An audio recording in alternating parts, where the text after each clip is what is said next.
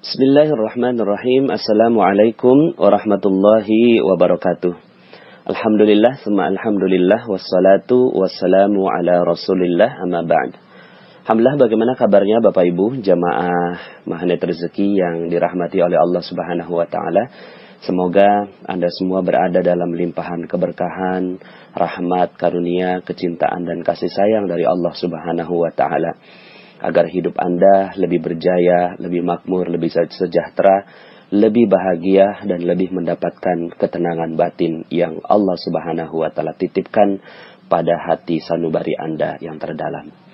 Bapak Ibu, alhamdulillah pada kesempatan pagi hari ini, dan saya sengaja menyampaikan materi ini tepat bertepatan dengan puncaknya hari.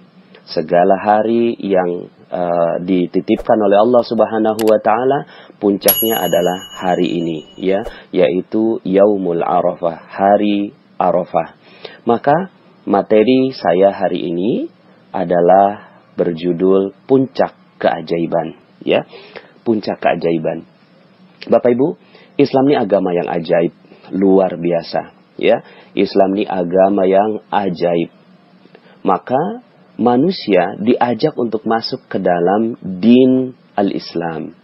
Manusia diajak untuk masuk kembali kepada ajaran Allah Subhanahu wa taala. Kenapa?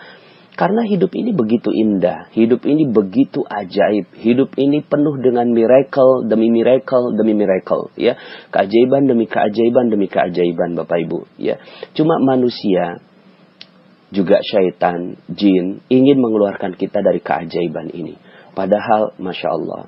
Maka, jika hidup Anda tidak ajaib, jika rezeki Anda seret, jika rezeki Anda itu ditahan oleh Allah Subhanahu wa taala, yuk sama-sama kita kembali ke dalam agama yang ajaib ini, yaitu al-Islam, ya'lu wa la yu'la alaih, yang tinggi dan tidak ada yang lebih tinggi darinya.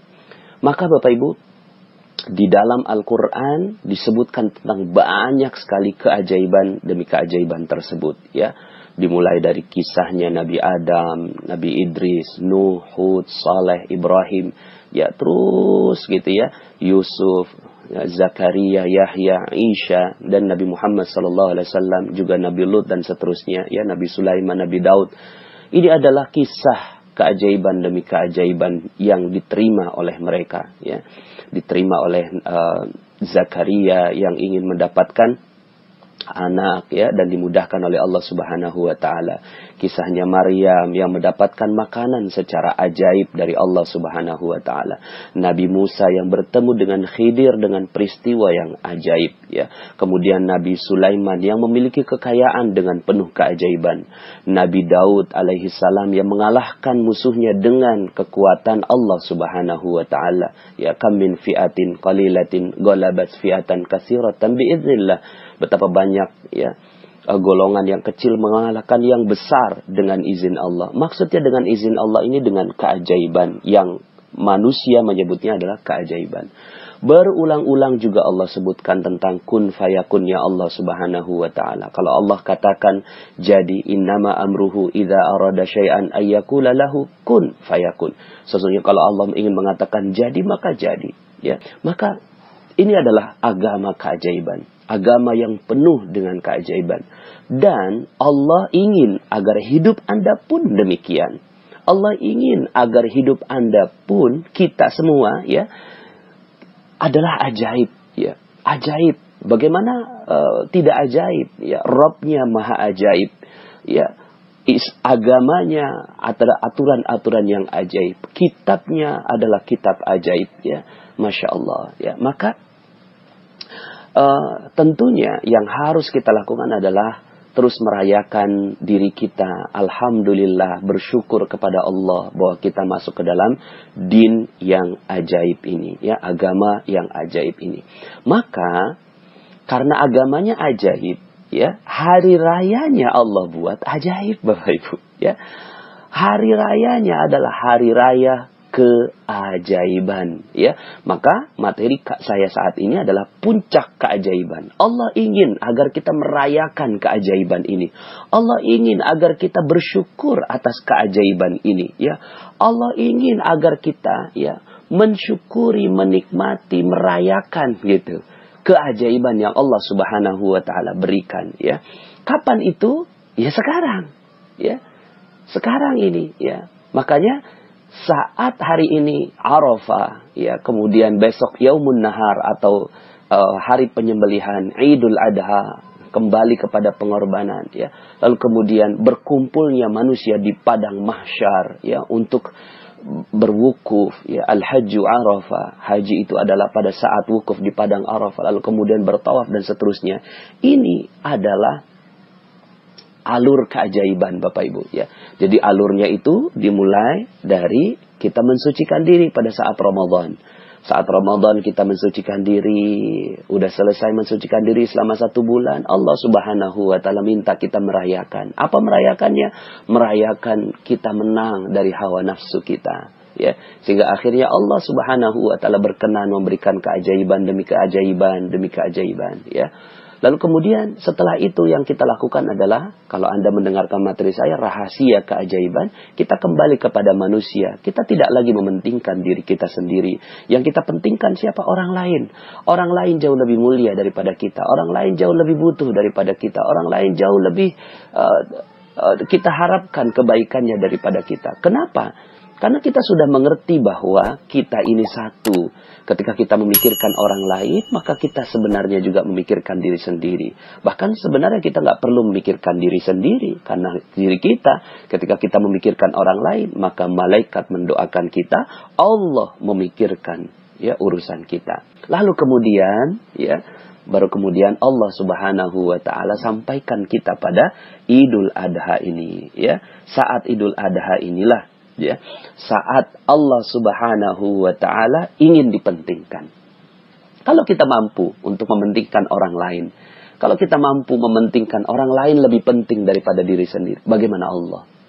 Maka Allah jauh lebih penting untuk diutamakan daripada yang lainnya. Allah jauh lebih pantas untuk kita utamakan. Manusia aja kita sanggup untuk utamakan, apalagi Allah Subhanahu wa ta'ala yang memberikan rezeki, yang memberikan kehidupan pada kita, yang memberikan nafas pada kita saat ini, yang kita nggak pernah bayar, yang memberikan jantung yang berdegup tanpa kemudian kita pompa, ya, kemudian yang memberikan darah yang mengalir kepada seluruh sel-sel dalam tubuh kita. Semuanya free, semuanya gratis. Siapa yang berikan itu? Allah Rabbul Alamin. Maka inilah puncaknya, puncak keajaiban. Kapan itu puncak keajaiban? Ketika manusia mementingkan Allah daripada yang lainnya. Masya Allah. Ketika Allah lebih dipentingkan daripada yang lain, maka ini adalah puncak keajaiban. Ketika Allah lebih diutamakan daripada seluruh yang ada di muka bumi, maka inilah puncak keajaiban. Bagaimana tidak ajaib? Manusia diciptakan dengan penuh kelemahan, dengan zaluman jahula, penuh kezaliman, penuh kebodohan. Lalu kemudian dia, ya, dengan kebodohan dan kejahilannya itu, kezalimannya itu, mengakui dirinya salah. Lalu kemudian meminta ampun kepada Allah. Lalu kemudian dia sudah tidak lagi peduli terhadap dirinya. Siapa yang dia pedulikan? Allah. Allah yang lebih dipentingkan dari segalanya. Bagaimana tidak ajaib? Ada manusia yang akhirnya dia tidak mementingkan dirinya, tapi dia mementingkan penciptanya. Inilah keajaiban, inilah puncak keajaiban. Maka Allah berikan simbol terhadap puncak ini. Allah berikan simbol yang banyak sekali dalam, ya, peristiwa keajaiban ini, ya.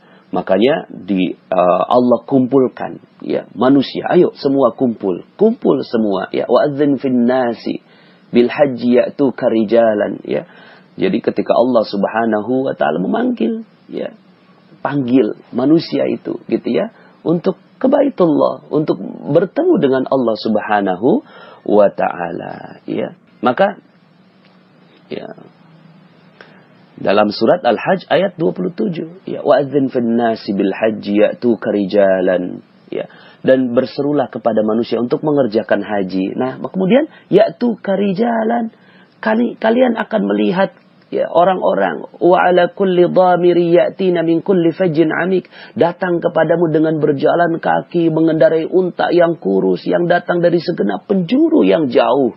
Artinya Allah Subhanahu wa taala ingin bahagia melihat manusia datang kepada Allah dengan berpayah-payah, ya, dengan berpayah-payah, dengan lusuh, dengan unta yang kurus kering, saking jauhnya perjalanan. Kemudian mereka semua datang kepada Allah Subhanahu wa taala, mementingkan Allah, ya, mementingkan Allah di antara segalanya, dan Allah menetapkan satu tempat, ya, wa idz bawwa'na li Ibrahim makanal bait alla tusyrik bi syai'a, ya, dan ingatlah ketika kami memberikan tempat kepada Ibrahim di tempat Baitullah, ya. Maka ini semua manusia berkumpulnya ke Baitullah. Untuk apa di Baitullah? Alla tusyrik bi syai'a wa tahhir baitiya lit-ta'ifina wal qa'imina war ruk'is sujud. Janganlah kamu memperserikatkan sesuatu pun dengan aku, dan sucikanlah rumahku ini bagi orang yang tawaf, yang beribadah, yang ruku dan yang sujud. Ini adalah simbol. Simbol apa? Simbol kemuliaan Allah Subhanahu wa taala. Semua datang dengan baju yang sama, meninggalkan semua baju-baju kemewahan dunia yang lainnya, semua diganti dengan kain yang hanya terdiri dari dua, ya, seperti kain kafan, ya, yang di bawahnya jadi sarung, di atasnya jadi selendang, ya, jadi selendang gitu, ya. Lalu kemudian tidak boleh menggunakan penutup kepala untuk menyamaratakan manusia, seluruh manusia sama di sisi Allah Subhanahu wa taala. Dan ini adalah lambang, perlambang itu semua, bahwa yang dimuliakan pada saat itu bukan manusia tapi Allah Subhanahu wa taala. Lalu kemudian semuanya datang, labbaik ya Allah, labbaik ya Allah, labbaik Allahumma labbaik, labbaik la syarika laka labbaik, innal hamda wan ni'mata laka wal mulk la syarika lak. Kami datang ya Allah memenuhi panggilanmu, ya, tidak ada sekutu bagimu. Seluruh nikmat darimu, seluruh pujian untukmu, seluruh kerajaan milikmu. Masya Allah. Ini adalah puncaknya Bapak Ibu, ya. Puncak keajaiban itu ketika manusia dikumpulkan oleh Allah Subhanahu wa ta'ala di satu tempat yang namanya Baitullah, ya. Dan kemudian puncak dari itu semua adalah Al-Hajju Arafah, wukuf di padang Arafah. Wukuf di padang Arafah. Ngapain di sana? Berdiam diri, mengingat kesalahan lagi, kemudian berzikir lagi, mengutamakan Allah lagi, ya. Dan bagi yang tidak mengikuti acara ini pun, yang tidak mengikuti haji, karena itu terbatas hanya 2 jutaan kurang lebih orang manusia di seluruh dunia, padahal manusia ada 7 miliar, maka mereka-mereka yang tidak masuk ke sana, Allah Subhanahu wa ta'ala muliakan dengan saum Arafah, ya, puasa Arafah. Dengan berpuasa ini subhanallah, ya, unik Bapak Ibu, ya. Puasa Ramadan itu 30 hari wajib hukumnya, ya. Tapi kemudian barang siapa yang berpuasa maka taqaddama min zambi, ya, ghufira lahu ma taqaddama min zambi, akan diampuni dosa seluruhnya sebelumnya. Tapi ini yaumul Arafah, hari Arafah, puasa Arafah, hukumnya sunnah. Tapi, ya, mereka-mereka yang menjalankan puasa Arafah ini, dosanya akan diampuni yang sebelumnya dan yang setelahnya. Masya Allah. 1 tahun sebelumnya dan 1 tahun setelahnya. Perlambang apa ini? Perlambang Allah Subhanahu wa ta'ala memang sedang berikan diskon yang besar. Diskon yang sangat-sangat besar bagi mereka semua yang melaksanakan puncak dari keajaiban ini Bapak Ibu, ya. Maka subhanallah, ya, Allah Subhanahu wa ta'ala, ya. Jadi puasa Arafah itu dapat menghapuskan dosa setahun yang lalu dan, ya, setahun yang akan datang. Ini diriwayatkan oleh Muslim. Nah, jadi artinya, ya, Allah ingin berikan kesempatan 1 hari saja. 1 hari yaumul Arafah. Lalu kemudian siapa yang berpuasa maka dosanya diampuni, ya. Bagi yang mengikuti materi perisai rezeki, detoks rezeki, maka ini adalah kabar gembira buat Anda. Kabar gembira buat kita semua, agar kita semua mampu memanfaatkannya. Allah Maha Sayang, lebih daripada seorang ibu yang menyayangi anaknya. Maka Allah sayang, ini satu hari. Dijadikan sunnah, kenapa? Karena, ya, kalau dijadikan wajib, kasihan wanita yang kena haid, kasihan wanita, ya, menyusui anaknya, diampuni juga oleh Allah. Enggak ikut, tapi ketika dia menyiapkan untuk suaminya, ketika dia mendoakan untuk orang lain, pahalanya insya Allah mudah-mudahan sama di sisi Allah Subhanahu wa Ta'ala. Ini Allah kasih diskon besar-besaran karena ini puncak dari keajaiban, ya. Kemudian kembali lagi, ya, yang ada di sana mereka melakukan tawaf. Ini perlambang apa? Perlambang ketaatan, setia di barisan, setia dalam barisan Allah Subhanahu wa Ta'ala, setia dalam syariat Allah Subhanahu wa Ta'ala. Lalu kemudian, ya, setelah itu sa'i ini adalah lambang ikhtiar. Manusia diminta untuk berikhtiar, pergi pagi pulang sore, pergi pagi pulang sore, terus begitu, ya. Untuk apa? Ya Allah pengen lihat lelahnya manusia. Allah ingin lihat, sekedar Allah ingin lihat lelahnya manusia. Lihat hambaku, dia berlelah-lelah, ya, dengan menjaga kesucian, menjaga niat, menjaga keikhlasan kepada Allah. Rezekinya di mana? Rezekinya di air Zam-Zam, gitu, ya. Bukan di Bukit Sofa, bukan di Bukit Marwah. Rezekinya ada di tengah-tengah, di Zam-Zam itu. Dan itu bukan karena, ya, Siti Hajar yang mendapatkan rezekinya, tapi seorang bayi yang bersih, suci. Ini perlambang juga bahwa rezeki ini dipaksa untuk siapa? Untuk mereka-mereka yang suci di hadapan Allah Subhanahu wa Ta'ala. Maka Zam-Zam sampai sekarang keberkahannya terus berlimpah ruah. Dan ini adalah perlambang bahwa rezeki Allah melimpah ruah kepada manusia, ya. Maka ini adalah semua lambang-lambang puncak keajaiban yang ada di dalam rezeki, ya. Lalu kemudian Allah juga, ya, mewajibkan tahallul, merukunkan tahallul di dalam haji itu, ya. Agar apa tahallul ini? Agar, ayo, ini bentuk kasih sayang Allah, ya, bentuk kasih sayang Allah, agar manusia menikmati nikmat dari Allah Subhanahu wa Ta'ala, dihalalkan seluruhnya yang ada di muka bumi ini, ya. Nah, Bapak Ibu yang dirahmati Allah Subhanahu wa Ta'ala, sejarahnya pun penuh keajaiban, ya. Bagaimana tidak ajaib Nabi Ibrahim diilhamkan kepada Allah Subhanahu wa Ta'ala untuk mengantarkan Siti Hajar dan anaknya Ismail alaihi salam yang masih merah ke padang tandus tak berpenghuni. Tidak ada siapapun, tidak ada air, tidak ada makanan, tidak ada orang.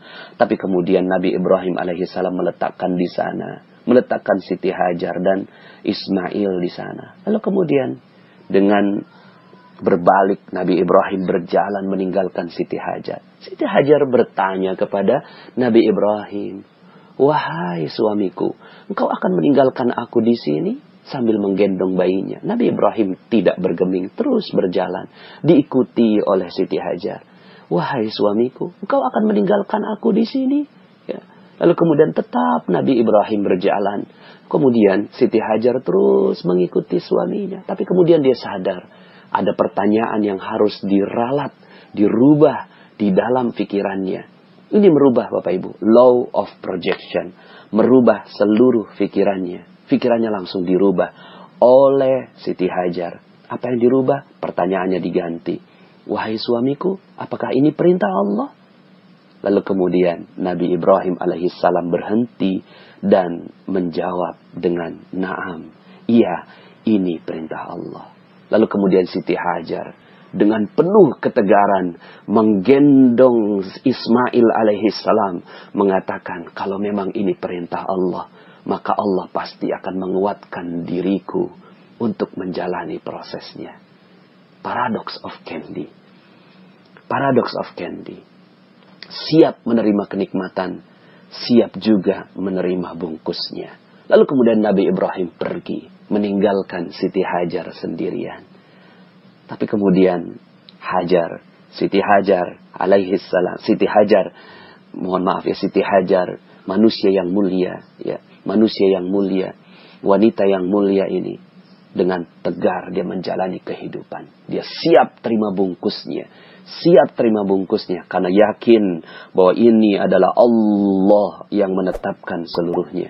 Lalu kemudian, bismillah, jiwanya tenang. Ikhtiar tetap dilakukan. Ikhtiar tetap dilakukan. Jalan dari Bukit Sofa ke Marwah, Bukit Sofa ke Marwah, Bukit Sofa ke Marwah. Lalu kemudian Allah berikan rezeki. Sampai kemudian akhirnya datang orang-orang berdatangan kepada Siti Hajar ini untuk membeli air darinya. Masya Allah, sampai kemudian akhirnya menjadi dusun yang berkembang. 13 tahun kemudian Nabi Ibrahim diilhamkan lagi oleh Allah Subhanahu wa Ta'ala untuk datang ke tempat itu, menjenguk anaknya dan istrinya. Lalu kemudian kalau kita jadi Nabi Ibrahim alaihissalam, apa ia mungkin anak dan istri saya masih ada di sana? Tapi kemudian Nabi Ibrahim yakin dengan Allah Subhanahu wa Ta'ala. Mungkin ini kalaulah ingin dikatakan proses detox rezeki. 13 tahun Nabi Ibrahim, 13 tahun detox rezekinya. Kita berapa lama? Baru berapa lama kita? Baru setahun, 2 tahun hidup susah. Nabi Ibrahim alaihissalam 13 tahun hidup susah. 13 tahun meninggalkan anak dan istrinya. 13 tahun. Lalu kemudian ketika datang, Nabi Ibrahim sudah yakin bahwa Allah Subhanahu wa Ta'ala berikan rezeki yang berlimpah dan benar saja. Ya. Tapi kemudian, ya ketika baru saja bertemu dengan anaknya Ismail alaihissalam, nggak pernah kasih nafkah, nggak pernah dijengukin, pas datang mau disembelih, ya. Wahai anakku, ya aku bermimpi diberikan ilham kepada Allah untuk menyembelihmu, Masya Allah, ya. Pada saat itu, di tanggal 8 Zulhijjah, Nabi Ibrahim tidur, kemudian bermimpi. Dalam mimpi tersebut, seseorang berkata kepada beliau, wahai Ibrahim, tepati janjimu. Kemudian pagi hari, Nabi Ibrahim alaihissalam bangun. Lalu kemudian, apa mimpi itu dari Allah ataukah dari syaitan? Ya, kemudian, ini tanggal 8 Zulhijjah disebutkan sebagai Yaumut Tarwiyah. Dalam bahasa Arab diartikan berfikir tentang masa lalu, mengingat masa lalu, ya. Kemudian malam harinya beliau tidur bermimpi lagi dengan mimpi yang sama. Lalu kemudian akhirnya beliau mengetahui bahwa mimpi tersebut berasal dari Allah Subhanahu wa Ta'ala. Lalu kemudian, ya, pada tanggal 9 Zulhijjah ini disebut sebagai Yaumul Arafah. Yaumul Arafah ini, ya, adalah hari mengetahui, ya. Mengetahui tentang apa? Mengetahui bahwa ini adalah perintah dari Allah Subhanahu wa Ta'ala. Kemudian Nabi Ibrahim alaihissalam mengajak, ya, memerintahkan kepada Siti Hajar, pakaikan, ya, anakmu dengan pakaian yang bagus, karena sesungguhnya aku akan pergi bersamanya untuk bertamu. Siti Hajar pun memberi Nabi Ismail dengan pakaian yang bagus, memberinya wangi-wangian, menyisir rambutnya. Kemudian Nabi Ibrahim pergi bersama Nabi Ismail dengan membawa sebuah pisau besar dan tali ke arah tanah di Mina. Pada hari itu iblis lebih sibuk dan lebih gugup, ya. Kenapa? Gugup karena akan terjadi keajaiban dari Allah Subhanahu wa Ta'ala. Gugup karena manusia akan yakin kepada Allah Subhanahu wa Ta'ala. Lalu kemudian dia datang kembali, pergi lagi, ya, menemui, ya, mereka berusaha menggoda. Iblis menggoda Nabi Ibrahim. Apa kamu gak tega melihat anakmu, gitu kan? Ketika berdiri, ya, begitu tampan, lembut tingkah lakunya. Nabi Ibrahim berkata, iya, tetapi aku diperintahkan untuk menyembelihnya. Kemudian iblis tidak kuasa menggoda Nabi Ibrahim. Kemudian pergi menemui Siti Hajar. Wahai Siti Hajar, bagaimana bisa kamu hanya duduk di sini sedangkan Ibrahim pergi bersama anaknya untuk menyembelihnya? Hajar berkata, kamu jangan dusta kepadaku. Mana ada seorang ayah yang tega menyembelih putranya? Iblis menjawab, lalu untuk apa Ibrahim membawa pisau besar dan tali? Untuk alasan apa ia menyembelihnya? Kata Siti Hajar. Ia menyatakan bahwa Tuhannya telah memerintahkannya untuk menyembelih anaknya. Lalu berkata Hajar, ya, seorang nabi tidak diperintahkan untuk kebatilan, dan aku akan selalu percaya kepadanya. Nyawaku sebagai tebusan atas perkara itu. Maka bagaimana dengan anakku? Tentulah ia demikian. Ya, Masya Allah. Iblis tak berhasil menggoda Siti Hajar. Kemudian datang menggoda Ismail. Kamu sangat senang bermain-main, tetapi ayahmu membawa pisau besar dan tali akan menyembelihmu. Nabi Ismail berkata, kamu jangan bohong pada aku. Ayahku tidak akan pernah menyembelihku. Iblis berkata, ia menyangka bahwa Tuhannya telah memerintahkannya untuk menyembelihmu. Kemudian Nabi Ismail berkata, aku akan selalu tunduk dan taat terhadap perintah Tuhanku jika memang itu perintah Tuhanku. Masya Allah, ya.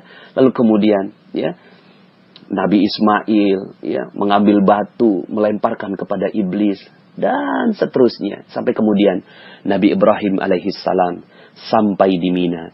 Kemudian mengucapkan ayat yang termaktub di dalam Al-Quran, surat As-Saffat, ayat 102.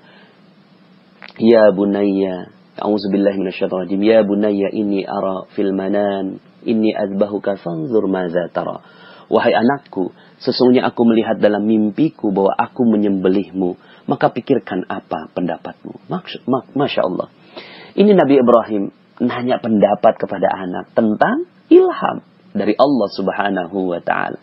Tapi Nabi Ismail alaihissalam menjawab, ya abatif alma tu'mar satajiduni insyaallahu minas sabirin. Wahai ayahku, lakukan apa yang diperintahkan kepadamu, niscaya engkau akan menemuiku termasuk orang-orang yang sabar. Masya Allah, ya. Masya Allah, ya. Maka Allah, inilah keajaiban. Ketika akhirnya Nabi Ismail alaihissalam menyerahkan lehernya, disembelih oleh Nabi Ibrahim alaihissalam. Lalu kemudian Allah ganti dengan seekor domba yang besar.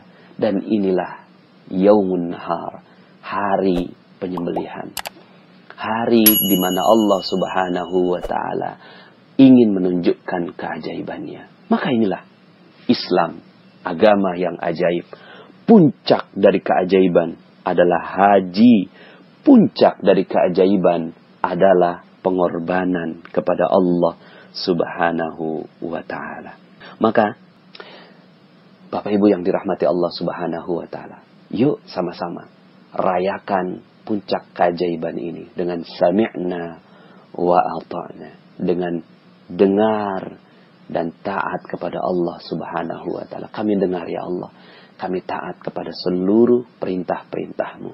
Niscaya insya Allah keajaiban akan datang pada kita semua. Maka perayaan ini terus Allah Subhanahu wa ta'ala ulang untuk menjadi pengingat bagi kita semua. Inilah puncak dari segala keajaiban. Ketika manusia dengan rela, sungguh-sungguh, dengan ikhlas dan ridha kepada Allah Subhanahu wa ta'ala, menyerahkan kurbannya kepada Allah Subhanahu wa ta'ala. Maka di dalam Al-Quran Allah ingatkan, la yanalallaha luhumuha wala dima'uha walaki yanaluhu taqwa minkum. Bukan darahnya, bukan dagingnya yang naik ke atas langit, tapi ketakwaanlah yang naik ke atas langit. Karena kita tunduk dan patuh kepada ajaran Allah Subhanahu wa ta'ala. Maka bismillah, insyaallah kita siap meraih keajaiban-keajaiban rezeki dari Allah Subhanahu wa ta'ala. Rezeki di dunia maupun rezeki di akhirat. Dan itu semua, puncak dari itu semua adalah ketika kita mampu meninggikan Allah Subhanahu wa ta'ala.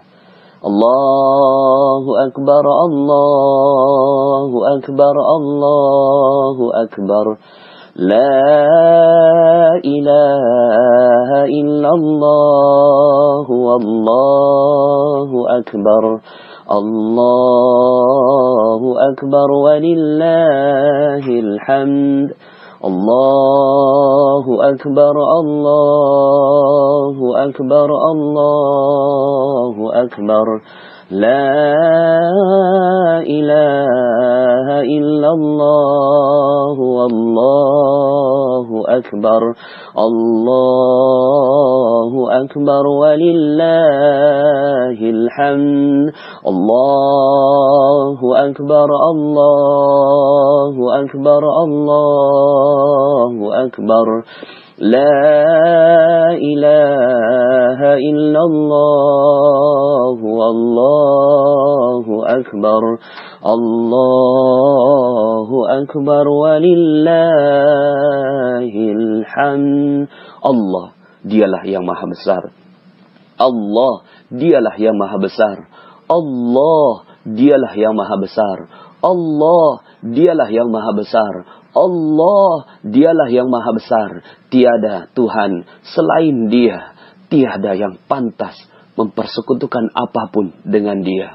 Allah, Allah maha besar. Inilah puncak keajaiban. Rayakan puncak keajaiban Anda.